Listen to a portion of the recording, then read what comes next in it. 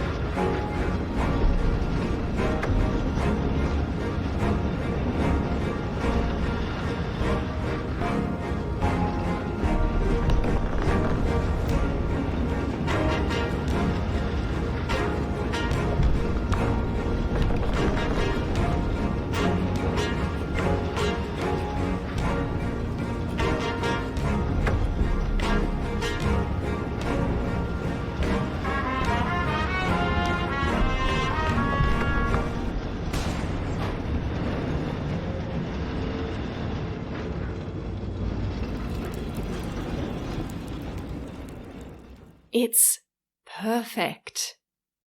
This moment is Far Lone Sail's masterstroke, but it's just one among many that stopped me in my tracks.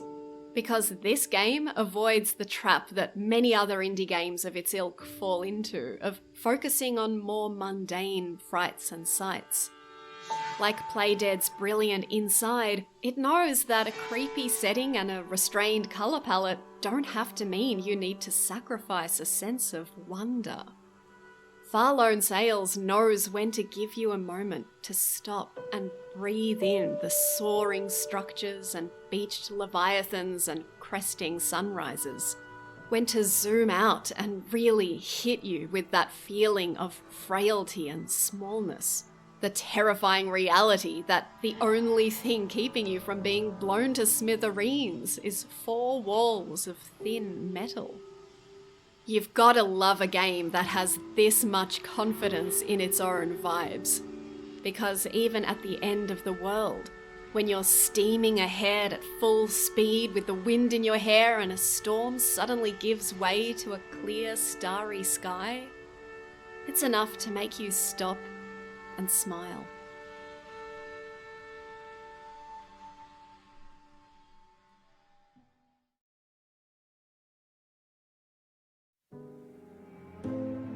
I used to love puzzle games for a long time, until I didn't. The more I played them, the more they started to feel a bit samey. Nothing but endless variations on the same fundamental theme of move shapes around on a screen until you get it right, and then do it all again, and again, and again.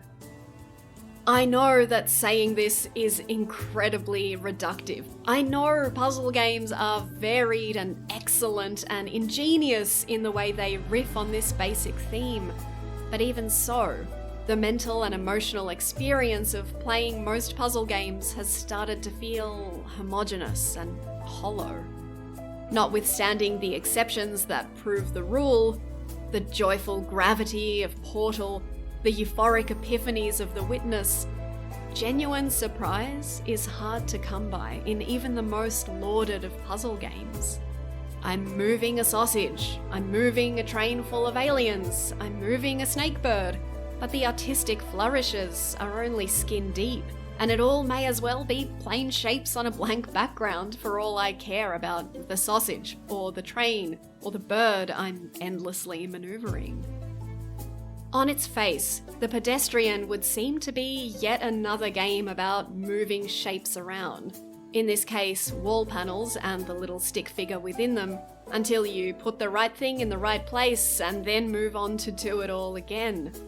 But straight from the beginning, this game feels different. It's downright brazen in the way it plays with perspective, orientation, embodiment, framing. Not just within the hard boundaries of its puzzles, where directional logic is relative, and a door could be an entrance or an exit, depending on how you connect up the panels, but in the interplay between the puzzles and the wider world they take place in. The way foreground and background play off each other in a dynamic duet. During puzzles, the panels are the obvious point of focus, with the wider environment providing a pleasant, ambient background. But at other times, the shot draws the eye towards the vibrant character of its anonymous city. In this way, the Pedestrian is a series of ever-changing frames within one continuous, unbroken frame, playing with perspective like one of those paintings within a painting. Only more impressive, because the Pedestrian is visually gorgeous and augmented by a beautifully dynamic soundtrack. We're here to talk about vibes after all, and my gosh, do this game's environments deliver on vibes. From the trembling pressure gauges and flickering lights of the subway to the buzzing of the city streets above. The long leafy shadows of afternoon slowly deepening into the soft orange quietude of evening. And then, as you ascend to the rooftops, this.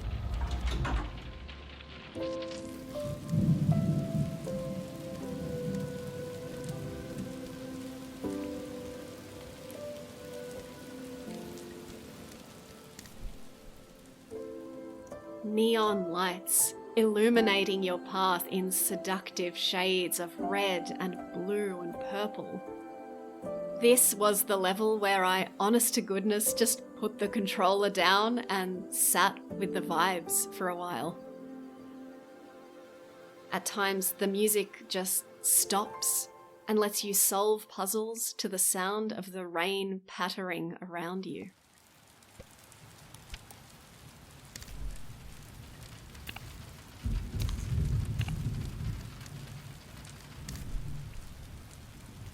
It's perfect. But most wonderfully of all, the Pedestrian is tactile, material, truly situated in the charming humanity of its environments in a way few other puzzle games are. The panels you're confined to might be anything from a piece of sketch paper to a road sign to the screen of a very well-loved Game Boy ripoff, and their surfaces are clean, soiled, smooth, rough, scratched, warped, askew, you name it. All of a sudden, there you are, appropriately smudged and indistinct on a chalkboard, or trapped behind the grate of a walk sign. During one particularly cheeky puzzle, a key you need to obtain is almost entirely covered behind a post-it note someone's thoughtlessly gone and slapped on. This isn't some distant avatar on a cold, abstract board. This is a world you can almost reach out and touch. How good is it, then, when you find out you can touch it? Delightfully, impossibly, the world outside creeps into the enclosure, and your actions bleed out from the edges. Sparking plugs become circuits to be manipulated. Buttons activate lifts and trains. These little moments feel transgressive, like you were a drawing coming to life and jumping off the page. So of course, in the final level, you do just that. In perhaps the best, and certainly the most transgressive moment of the game, a person appears. The first one we've actually seen, and carries the stick figure outside to a stunning sunrise. Not a puzzle in sight. Nothing but a big, beautiful sky and the tops of skyscrapers peeking out from above the clouds. Except there is a final puzzle here, and, well, I won't spoil it, but it feels very appropriately meta. The Pedestrian seems to have something to say about the beauty of the world we live in, like it's inviting us to look beyond the confines of obligation and habit that box us into our tiny lives. Is it a commentary on gamers and how we let so much of our lives be dominated by the four walls surrounding our computer screens? Or is it a broader meditation about how easy it is to get hemmed in by troubles and to-do lists, so that we forget to expand our horizons, to reach out and touch the world around us? This game reminded me how often I struggle with a feeling of confinement, of stagnation, like I'm living in an invisible cage. How I think to myself some days, I need to get out of here. I need a change of scenery. I need a vacation.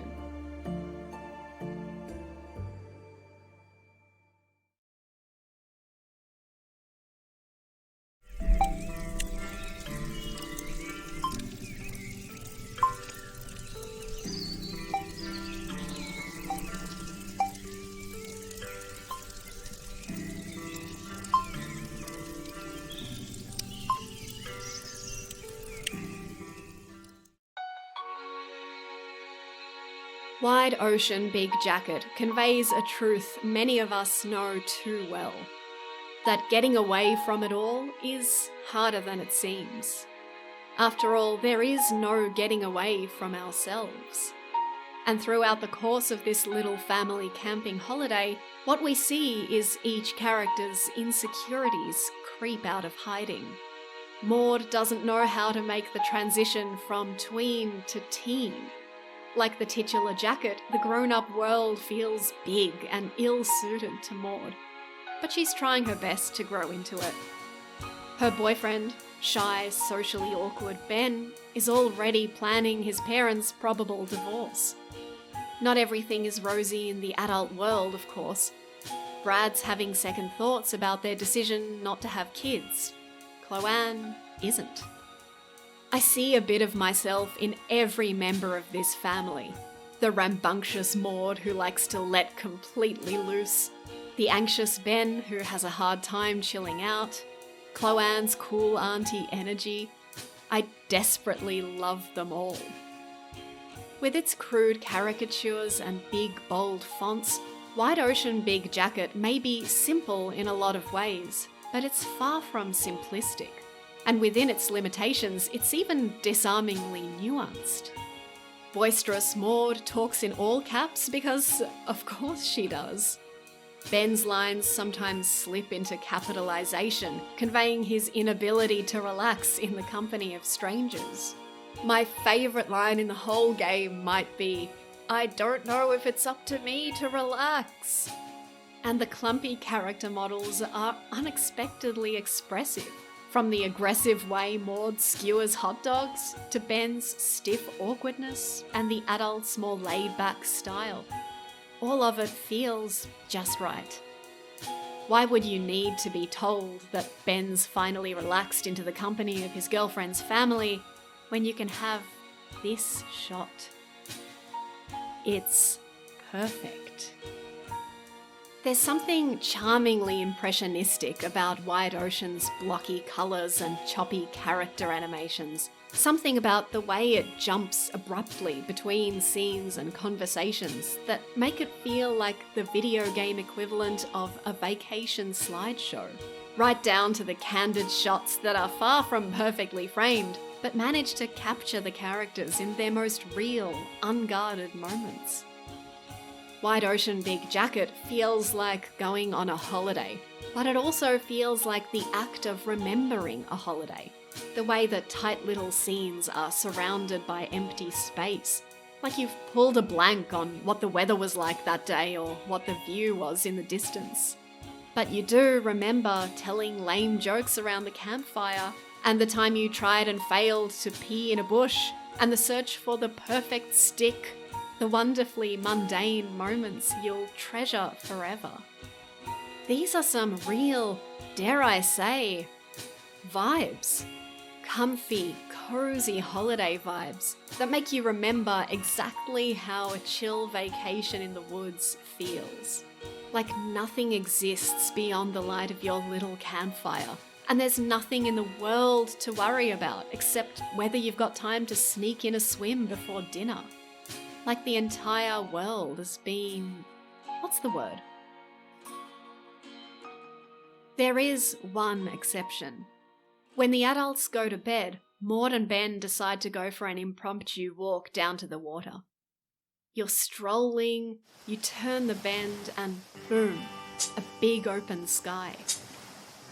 When I reached this scene, I had to stop and think about why this moment felt so impactful. And that's when I realised it's the only time in the game you see the sky. I like to think, consistent with my interpretation of this game as a representation of memory, that you're seeing the sky here because it's what Maud and Ben will always remember when they think back to this moment. Hey, remember that sky and like how huge the stars were? Also, you get to cartwheel on the sand as many times as you want, and I like that. White Ocean Big Jacket may be a small story, but it's got a big, wide heart.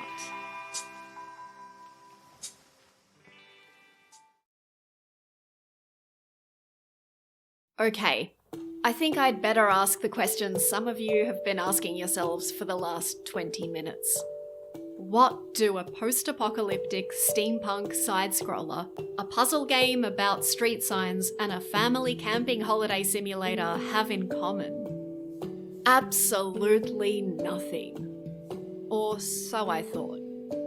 My original goal for this video was to talk about a few short games that have no bearing on each other. Just 3 games I happen to think are pretty cool. But when I put them together, I found 3 games connected by many threads, not least in their humanity, character, and charm. 3 games that understand the importance of zooming in on the intimate moments of small lives. 3 games full of lovingly rendered details that have zero bearing on gameplay progression, but give their worlds a delicious feeling of tangibility. And it's notable to me that every one of them has one very special moment in which the scene opens right up. So I guess these games also understand the importance of zooming out, of giving you just enough of a glimpse of the wider world to draw you in, but never so much as to wrap things up too neatly. Every one of them ends with an open question, with the feeling that even as this story has ended, another one is already beginning. But what I might love most about these 3 games, as well as countless more indie titles, is that they blast apart the myth that immersion is synonymous with photorealism. Because the simple fact is that you can be pulled head over heels into another world, be charmed and delighted and terrified and awestruck and everything in between by the sheer power of an exemplary vibe.